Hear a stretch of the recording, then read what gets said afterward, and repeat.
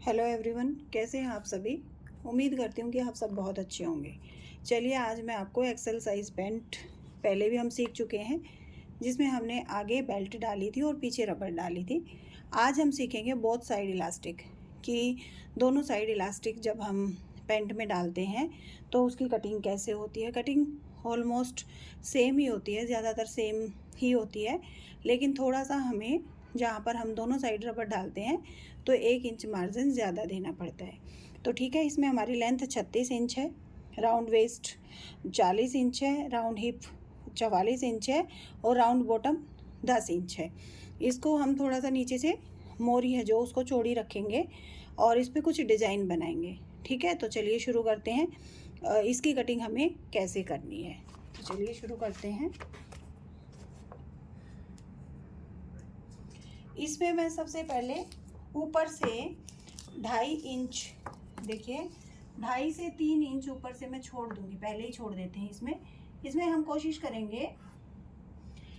कोशिश करेंगे कि दोनों पार्ट की कटिंग साथ में करें, और जो हम बेल्ट अलग से लगाते हैं ना, वो बेल्ट अलग से ना लगाकर उसी के अंदर फोल्ड कर दें।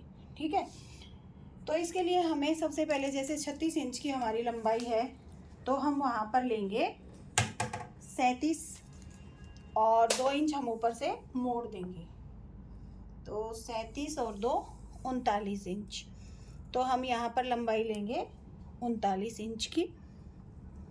ठीक है, 39 इंच इसलिए लेंगे हम, 39 इंच से नीचे भी मार्जिन नहीं छोड़ेंगे, क्योंकि हम नीचे भी कोई डिजाइन बनाएंगे। ओके, नीचे डिजाइन बनाएंगे तो उस डिजाइन में बस आधा इंच सिलाई में ही जाएगा, ज़्यादा नहीं जाएगा। और ये मैंने देखिए ऊपर की साइड से, इसको ओपन साइड है ऊपर की साइड से, और जो नीचे की साइड है वो बंद है, ताकि जो भी कपड़ा बचेगा वो हमारा इकट्ठा हमें मिल जाएगा, अलग अलग टुकड़ों में ना मिल के। तो चलिए अब इसके निशान लगाते हैं। ये मेरे पास एल शेप का स्केल है, इससे लाइंस हैं जो वो एकदम सीधी लगती है। ठीक है, तो देखिए हम थोड़ा सा किनारी की साइड से बिल्कुल भी किनारी को नहीं लेंगे, किनारी को हमेशा छोड़ देना है, क्योंकि पैंट में हमेशा जो किनारी होती है वही गड़बड़ करती है, उसी की वजह से हमारी पैंट उठती है बीच से। तो उसको हमेशा ही आपको छोड़ देना है, किनारी को किनारी नहीं लेनी है। देखिए इस तरह से निशान लगाते हुए हम जहाँ तक हमारी लंबाई है वहाँ तक हम ये सीधा निशान लगा लेंगे। ठीक है, इस तरह से हमें सीधा निशान लगा देना है। और यहाँ पर भी जो नीचे की साइड है हमारी, थोड़ा सा मैं नीचे कर देती हूँ इसको, ये नीचे की साइड भी हम इस तरह से स्केल को रखते हुए, ताकि हमारी लाइनें एकदम सीधी आए। ये सभी स्केल हमें मीशो पे मिल जाते हैं, बहुत ही सस्ते मिलते हैं, तो आप मंगवा सकते हो। जब आप कटिंग का काम करते हो, स्टिचिंग करते हो, तो इन स्केल की ज़रूरत पड़ती है, तो इनको हम यूज़ कर सकते हैं। ठीक है, तो ये हमारा एक चौकोर बॉक्स बनके तैयार हो गया है। ठीक है, अब हम क्या करेंगे, सबसे पहले अपनी कमर का निशान लगाएंगे कि हमें कमर कितनी रखनी है, कमर पे हमें कितना निशान देना है।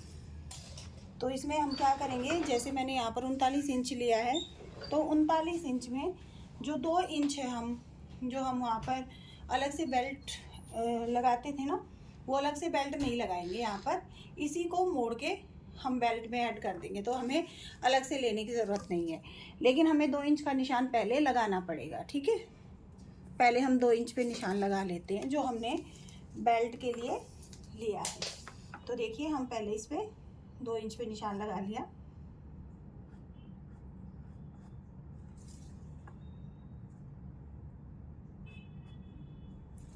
इस निशान को भी हम एकदम सीधा कर देंगे।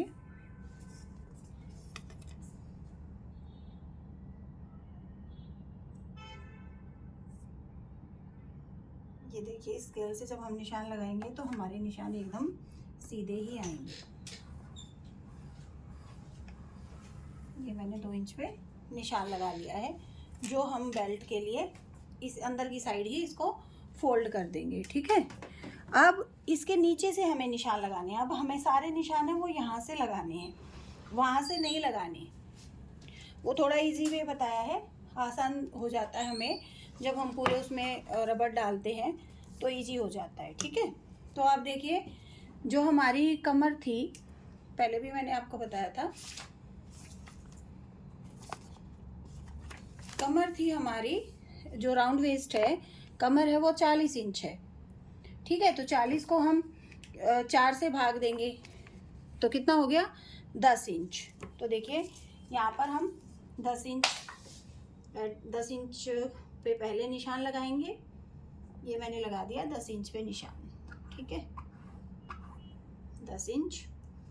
उसके बाद हमारा इसमें जो चारों साइड जब हम ये रबड़ डालते हैं तो वहाँ पर हमें जो प्लेट्स डालते हैं उसकी बहुत ज़रूरत नहीं पड़ती है, क्योंकि वो थोड़ी सी लूज ही रहती है। तो यहाँ पर हम 2 इंच रबड़ डालते हुए ऐड कर देंगे। ठीक है, 2 इंच का हमने और मार्जिन ले लिया है यहाँ पर।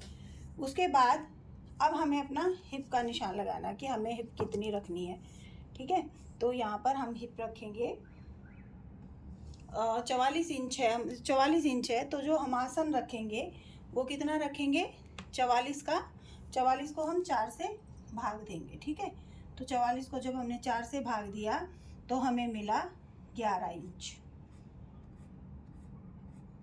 ठीक है, 11 इंच हमें यहाँ पर मिल गया है। अब इसको हम, अब इसका जो यहाँ से निशान लगेगा वो कितने पर लगेगा उसको देख लेते हैं।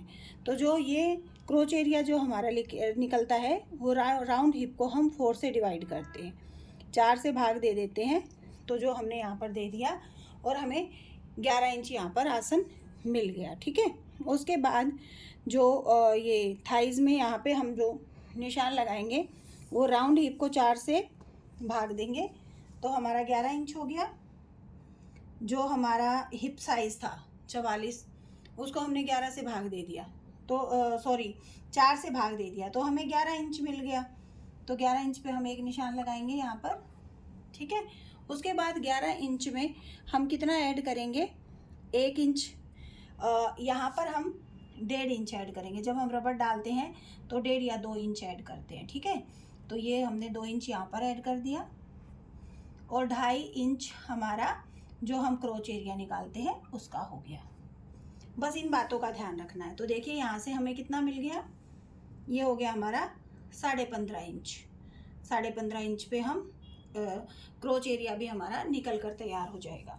तो चलिए अब हम निशान लगाते हैं यहाँ से 11 इंच पे। हमने 11 इंच पे निशान लगा दिया, 11 पे करते हुए। ठीक है, यहाँ पे भी हम 11 इंच पे निशान लगा देंगे और अब इन सब निशानों को मिला देते हैं। ठीक है, यहाँ से यहाँ तक।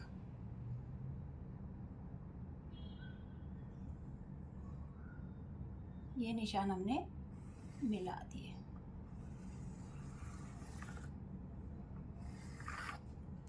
ठीक है, अब हमें यहाँ पर 2.5 इंच, जो हमने यहाँ 2.5 इंच लिया है, 2.5 इंच, या ये वाली लाइन को हम इससे मिलाएंगे।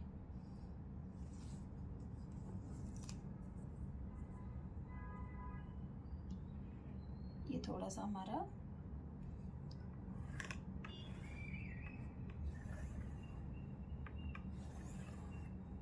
ऊपर तक हम निशान लगा लेते हैं इसका, क्योंकि कटिंग तो वहीं से होगी।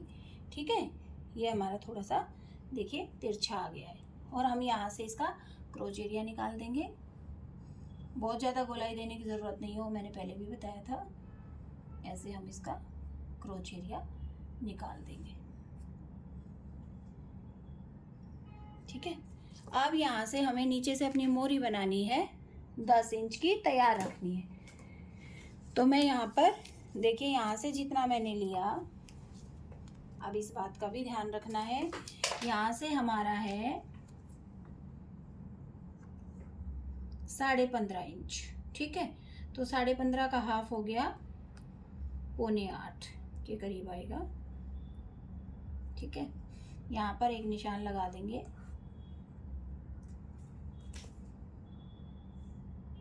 ये हमें मिल गया 8.25। तो अब कई जगह पर हम ऐसे ही छोटे छोटे 8.25 पर निशान लगा देंगे ताकि हमें एक स्ट्रेट लाइन, अपनी पैंट के लिए एक सीधी लाइन मिल जाए। तो यहाँ नीचे बॉटम पे भी हम 8.25 पे निशान लगा देंगे, यानी कि 7.75 पे। ठीक है, अब उसके बाद इन तीनों निशान को, यहाँ पर तो हमें वो डालना नहीं है, जो प्लेट डालेंगे नहीं, तो यहाँ तो कोई वो नहीं करना है। ठीक है, और वैसे अगर आप सीधा कोशिश करें तो कोई बात नहीं, यहाँ पर भी आप निशान लगा सकते हो ताकि आपको एक आइडिया भी रहे। ठीक है, यहाँ पे हम करेंगे 8.25 पे एक निशान लगा दिया हमने, यहाँ पर भी ये लीजिए। अब हम इन सभी निशानों को मिलाते हुए एक स्ट्रेट लाइन बना लेंगे, अपनी एक सीधी रेखा, अपनी पैंट की जो बीच की लाइन होती है वो बना लेते हैं।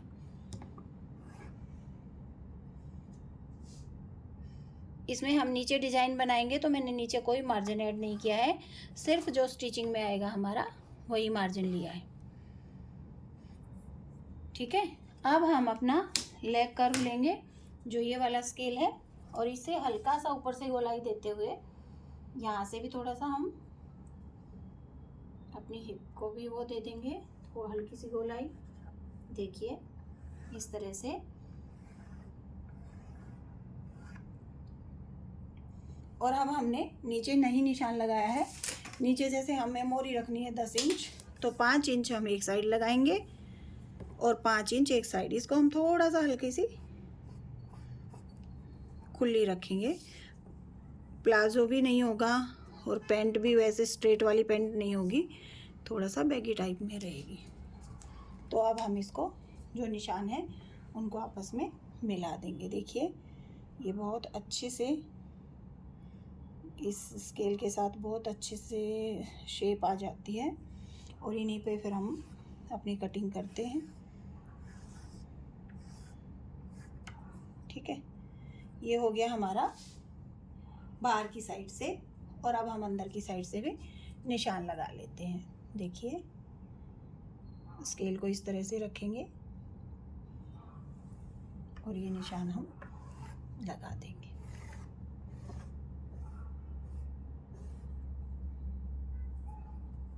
ठीक है, अब ये हो गई हमारी सामने वाले हिस्से की कटिंग, मतलब निशान लगा दिए हैं सामने वाले हिस्से पे।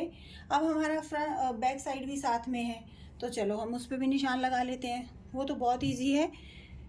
ठीक है, बस हमें क्या करना है, थोड़ा ऊपर से ये देखिए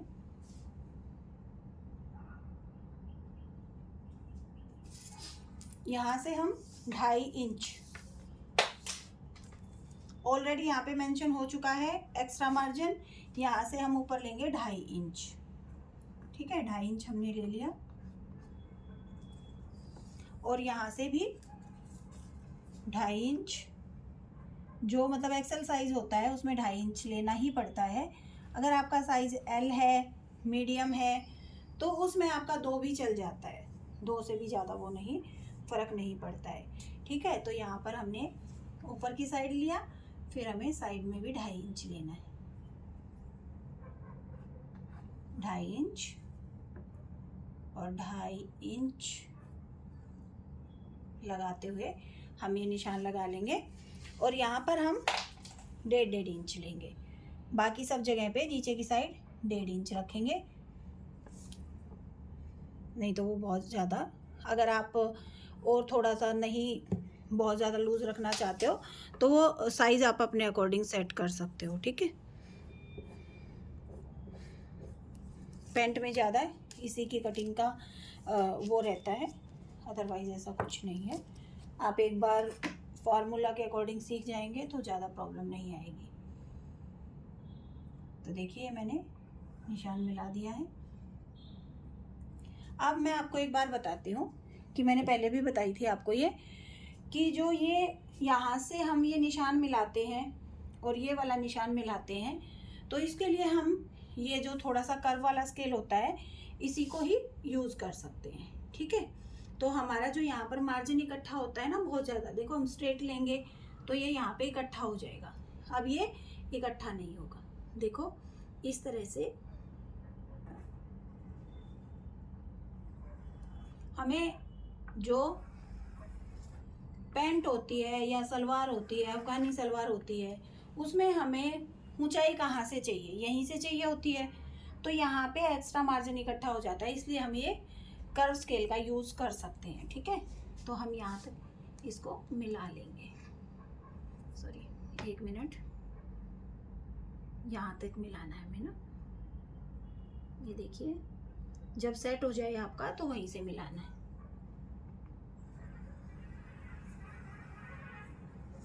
ये देखिए मेन ऊंचाई हमारी, देखो मेन ऊंचाई हमारी यहाँ से आनी चाहिए, जो हमें मिल गई है। ठीक है, और अब इसको भी थोड़ा सा ऐसे कर्व करते हुए मिला देंगे।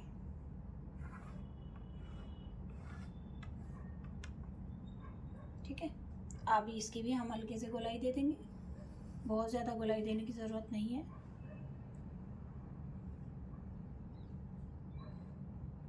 ठीक है, अब इसको भी हम इस साइड से हमें कुछ नहीं करना है, सेम कटिंग रहेगी हमारी, और इस साइड से फिर हम अपना इसी स्केल से पूरा ऊपर से नीचे तक मिला देते हैं।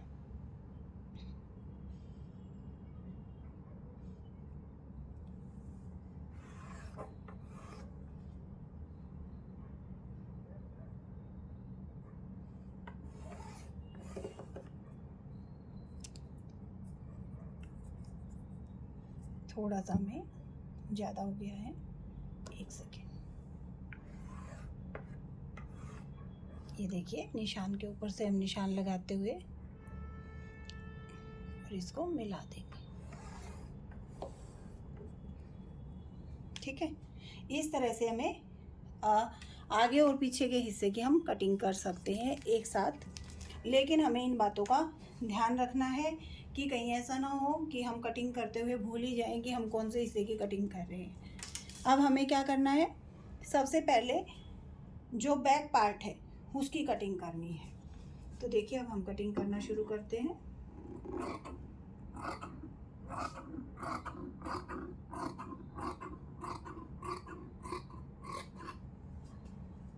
ये बहुत टाइट पैंट नहीं रहेगी, लूज ही रहेगी, और लूज ही, और नीचे से डिज़ाइन बन जाएगा।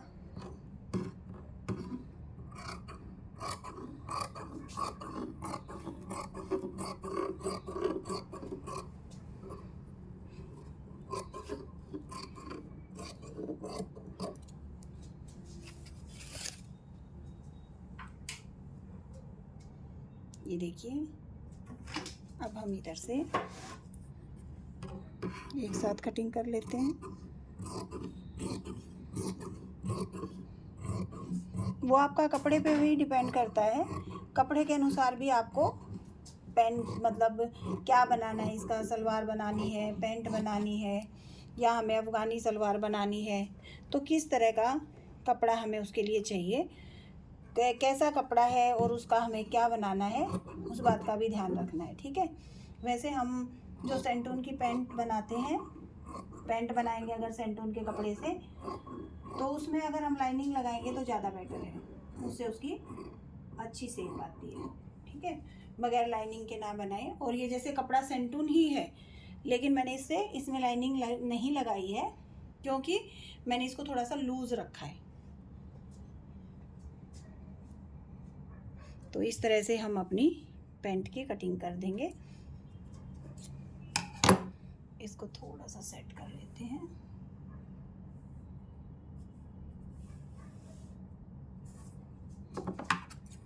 ये देखिए, हम यहाँ से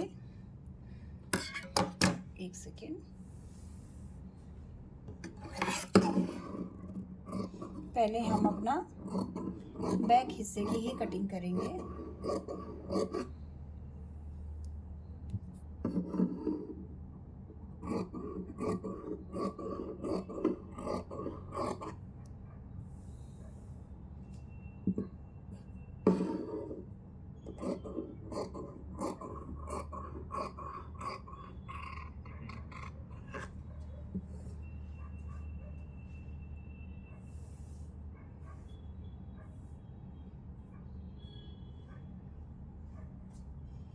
देखिए हमारी बैक पार्ट की कटिंग ऑलमोस्ट हो गई है। मैं थोड़ा सा इसको एडजस्ट कर रही हूँ।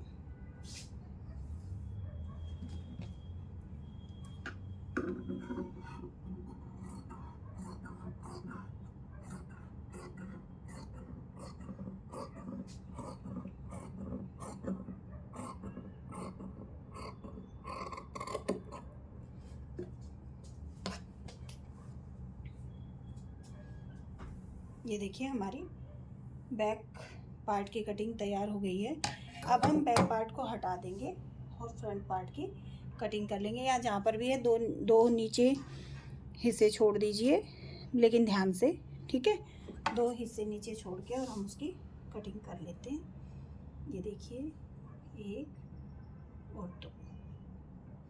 नहीं तो आप ऐसा कर सकते हो, आप हटा सकते हो, ठीक है। सेटिंग से धीरे से हटाना उसको।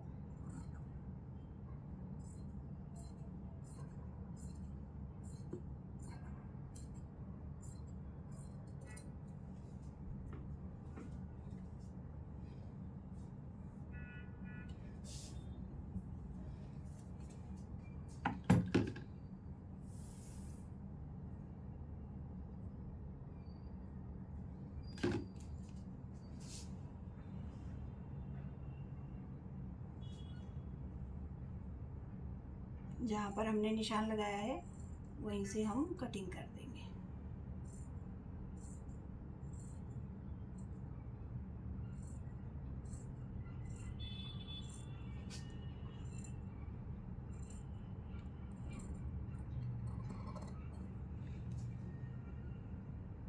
ये देखिए यहाँ से हमारा हो गया है 2.5 इंच के, और यहाँ से हमने 1.5 इंच रखा था, तो हम 1.5 इंच के अकॉर्डिंग अपनी कटिंग कर देंगे।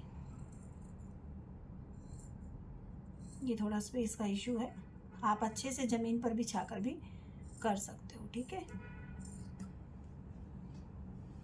अच्छे से कपड़े को ज़मीन पर बिछाइए।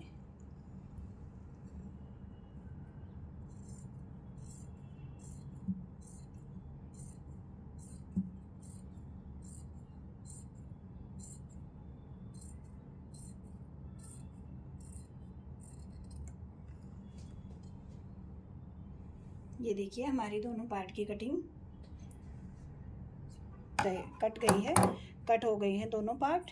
और उसके बाद देखिए ये जो हमारा एक्स्ट्रा हमने इसी के अंदर ऐड कर दिया है, तो हम इसको मोड़ के और दोनों साइड में हम रबड़ डाल सकते हैं, ठीक है। और दूसरा फिर वो स्टिचिंग के लिए जब हम सिलाई करेंगे, तो मैंने पहले भी बताया था, और थोड़ा ध्यान रखना अभी भी कि हम यहाँ तक 1-1.5 इंच तक अपना आसन है उसको नहीं सिलेंगे, ठीक है, दोनों साइड से। जब हम पूरी पैंट हमारी तैयार हो जाएगी, उसके बाद जो नीचे वाली सिलाई लगाएंगे ना, उसके साथ उस आसन को सिलेंगे, तो उससे भी हमारी पैंट अलग अलग दोनों पार्ट जुड़ेंगे, तो उठने वाली प्रॉब्लम नहीं आती है। तो उम्मीद करती हूँ कि आपको ये चारों साइड रबड़ जो हम डालते हैं उसकी कटिंग भी आपको समझ आ गई होगी। और अगर आपको कहीं लगे कि आपको समझ नहीं आ रहा है, तो आप कमेंट्स कर सकते हो। धन्यवाद, धन्यवाद सभी को।